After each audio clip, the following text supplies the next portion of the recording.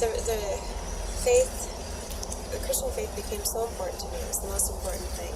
And as I look back now, because when it started becoming very, very important when I was in my adolescence and then through high school, that's when my eating started to get more out of control as a compulsive eater, binge eater. And so the more I tried to be like Christ, that was kind of the focus, the more that meant I couldn't trust my own thoughts, I couldn't trust my own feelings, because anything that came naturally from me was sinful. It was of the flesh instead of the spirit. That was kind of the language that was used. And so what it ended up happening, and I can see this now, is that all those feelings and all those thoughts that I had, I just suppressed. Like, they don't just disappear. And they got suppressed in just this desire to eat, basically. So, yeah, like food became a way of numbing myself from my vulnerability, the sensitivity I had to the outside world. It also became a way to numb myself from my own thoughts and my own feelings. And it was very, very effective. And so, yeah, there was a turning point in college where I did this, Walden Pond is a very popular book in America.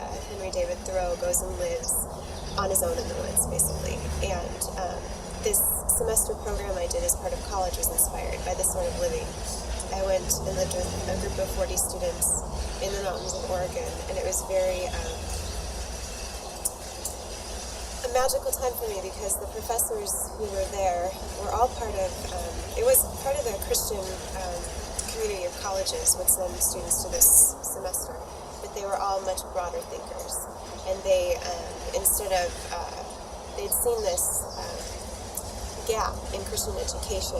Instead of grappling with ideas and having doubt and questions be okay, they were just kind of shut down. And this is what we believe, and this is how we're going to defend it. So, I don't know, they just gave me this space and books to read that I'd never read before. And that was a turning point for me, was reading this book called Unbearable Weight by a woman named Susan Bordeaux, a philosopher. And she linked hunger to the suppression of the self.